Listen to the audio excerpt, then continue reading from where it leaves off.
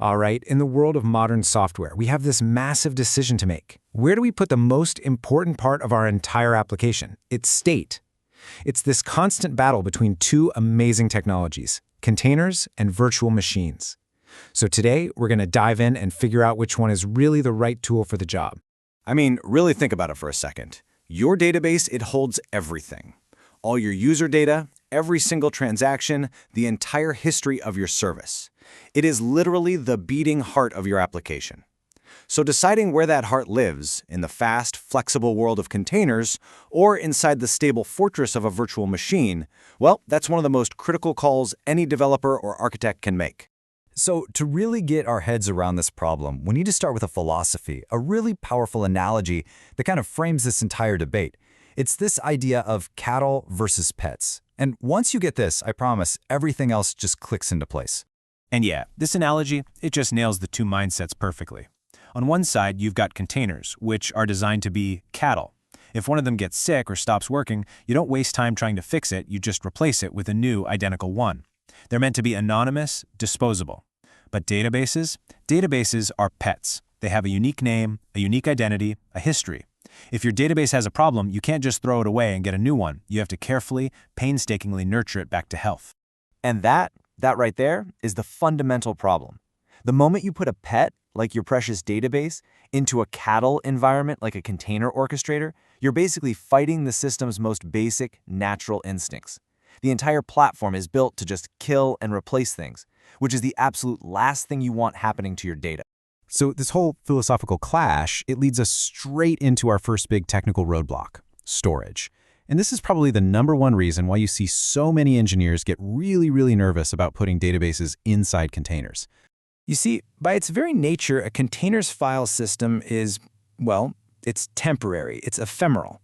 This means that if the container restarts for any reason, a crash, a simple redeployment, anything, all the data written inside of it is just gone, instantly and permanently.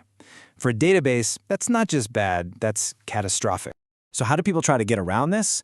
Well, with containers, the solution feels kind of like a workaround, like a Band-Aid.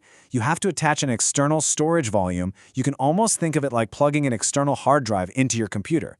Now, the real danger comes when your container needs to move to a different server. That hard drive has to be unplugged and replugged in just milliseconds. If anything at all goes wrong in that tiny window, you risk corrupting your entire database. A VM, on the other hand, just doesn't have this problem. Its storage is built in, it's persistent, and it's all managed safely by the operating system, just like it would be on a physical computer. All right, so we've talked storage, but the next battleground, it's all about the machine's core resources, its memory and its CPU. And trust me, this is where things get really intense. See, in a world full of containers, all of them on one server are sharing the same pool of RAM. It's like a free-for-all. This makes it a really dangerous battlefield, and there's this rootless sheriff in town called the out-of-memory killer, or OM killer for short, and you do not want to meet the OM killer. So here's the deal. If that server starts running low on memory, the OM killer's one and only job is to find the process that's using the most RAM and just kill it, instantly. No warning, no please save your work, just gone. And guess what process almost always uses the most RAM? Yep, your database. The result is a hard crash. A VM, on the other hand, has its RAM ring-fenced. It's exclusively dedicated. If it runs out, it'll slow down by using its disk as temporary memory. That's a process called swapping. Sure, it's not fast, but it's a graceful slowdown, not a sudden death. And you know what? It's a pretty similar story when we look at the CPU. In a container environment, you can have what we call noisy neighbors, other apps that suddenly spike in usage and steal processing power away from your database.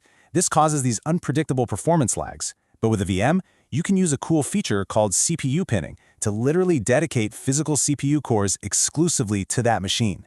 This gives you guaranteed performance no matter what else is happening on the server. Okay, so the last major hurdle we got to talk about is something I like to call the identity crisis. This is all about the network, and for a stateful application, believe me, a stable identity is everything. Just picture a database cluster for a second. The different nodes, they all need to talk to each other constantly. To do that, they need to know each other's addresses. But in the container world, every single time a container restarts, it gets a brand new IP address. It's like trying to have a serious conversation with a friend whose home address changes every 5 minutes. It's just pure chaos. The bottom line here is that all this IP address shuffling just creates total confusion and downtime inside the database cluster. A virtual machine, by contrast, acts just like a good old physical server.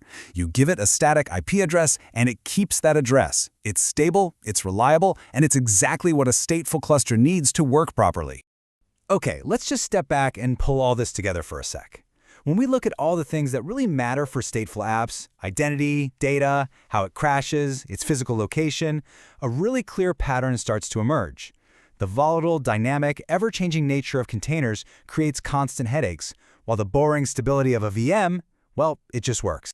Now, I know what some of you are thinking, especially the experts out there. You're probably screaming at your screen, but what about stateful sets in Kubernetes? And you know what? That's a great question. You're absolutely right to bring it up.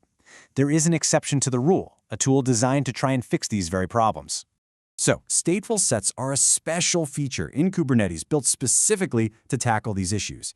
They try to give containers stable network names like DB-0 or DB-1, and they help manage those tricky storage volumes. But, and this is a big but, there's a catch, they are notoriously complex to get right. We're talking about really intricate configurations, a steep learning curve, and a lot of things that can go wrong. For most teams, the sheer engineering effort of managing them correctly just outweighs the benefit.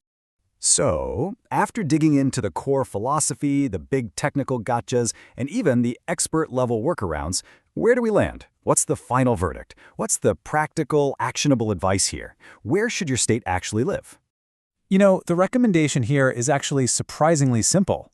Treat your containers like the cattle they were designed to be. They are absolutely perfect for your stateless application logic, your Python, Java, or Node.js code, your web servers, your APIs. Let them be ephemeral. But for your pets, your databases, your message queues, your big important caches, give them the stability and safety of a virtual machine. Or, even better, use a managed database service from your cloud provider. This approach really does give you the best of both worlds. And all of this leaves us with one final, really interesting question for the future. We've pretty clearly established that you can't treat a pet like cattle. But as our tools, especially orchestrators like Kubernetes, get smarter and smarter, is that always going to be true? Are we slowly heading toward a future where we can actually give our disposable cattle all the stability and care of our precious pets and finally get the best of both worlds in one package? That, right there, is the puzzle the entire industry is trying to solve. Thanks for joining me.